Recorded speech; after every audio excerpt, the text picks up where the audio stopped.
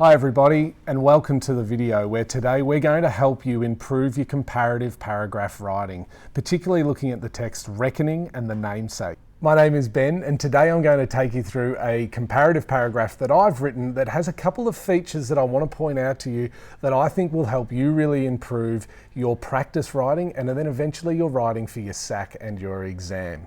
So let's jump in. But before we do, I want to mention to you that I had some great frustration in putting this paragraph together.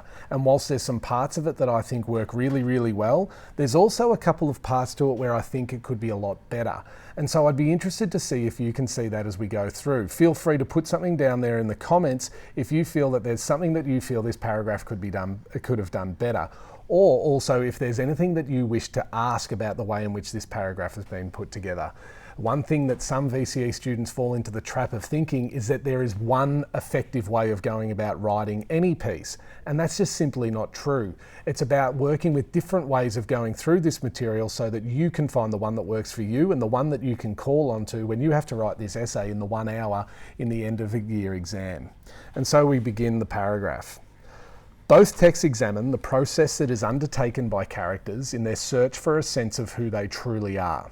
Through this process, identity is shown to be an idea of oneself that is shifting in nature and never completely settled.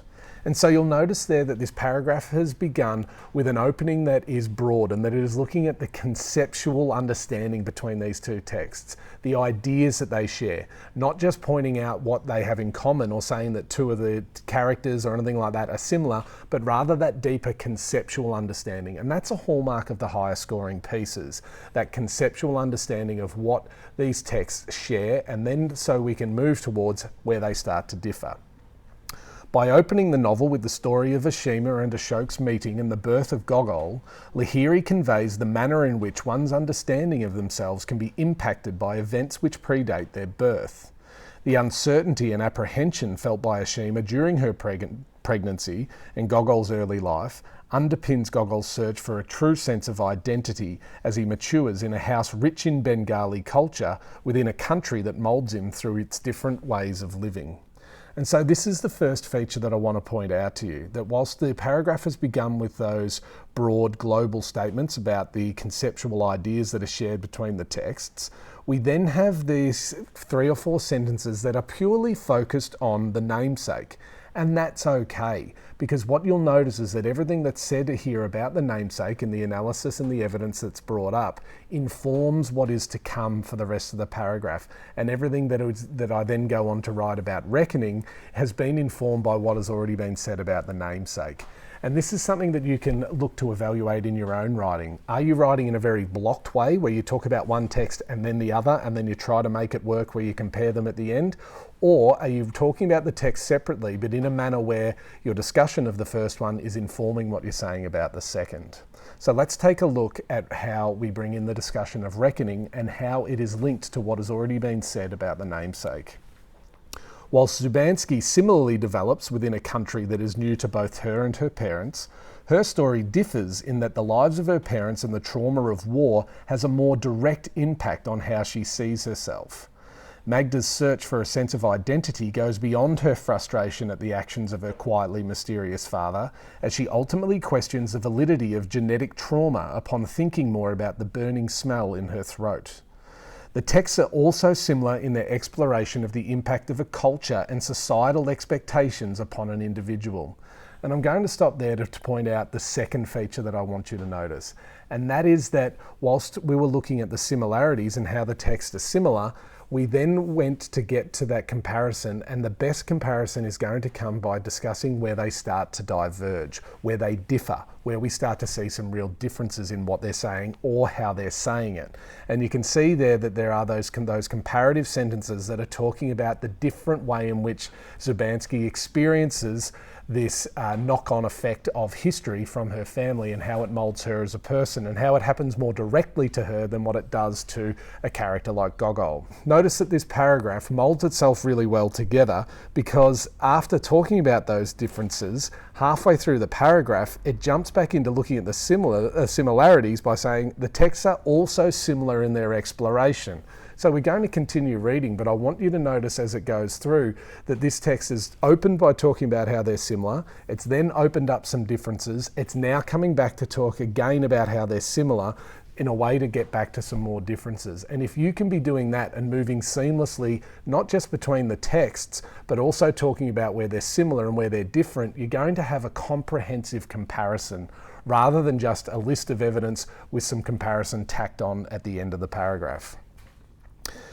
So they're also similar in their exploration of the impact of a culture and societal expectations upon an individual. However, whilst Gogol aims to become someone else through his name change, his ability to involve himself in both Bengali and American culture is a process that sees him find a sense of himself that is moulded by both. Szubanski's journey differs in her denunciation of her childhood suburb and the added dynamic of fear that comes with suppressing and eventually accepting her sense of self due to her sexuality and the understanding that this would not be easily accepted by the society around her. Thus, the texts examine the profound impact of culture upon a person as they mould their sense of self through childhood, and that a person may be further shaped by the traumas and experiences of their parents. And so I want to take a moment there to get to the next feature that I want to point out, and that is the way that these three sentences pile on top of each other to reach a really great comparative point. And if you take a look at them again from the start, we have the word however, looking at that other side of the coin. However, whilst Gogol aims, and it goes on, the next sentence, Szubanski's journey differs. And so those two sentences are working together to talk about the two texts and separately about what they're saying. And then this last sentence of this series of three begins with thus. So it's a way of saying we've talked about the namesake and Gogol and his journey. We've talked about reckoning and Magda Szubanski's journey. And now we have this third sentence beginning with thus. And so the reader is being dragged along through this paragraph and it's weaving them towards this sentence that is going to culminate with the word thus. And we go on and we have that comparison of the two of them. Quite a simple thing when you look at it like that, but it's a habit of writers that are fluent and succinct in the way in which they get to comparison. And it's a habit that you can start working on now to improve your paragraph writing. However, the stories diverge in the manner in which Szubanski is limited in how she can truly be herself in the environment she grows in, whilst Gogol is able to forge a new identity outside of the walls of 67 Pemberton Road. Ultimately, Gogol and Magda's understanding of themselves shifts throughout their lives as they both work within the structures of family, culture, and the larger society. And so the last thing that I want to point out to you there is again that use of the word however, and talking about how it opens up a sentence to be able to go down two different roads.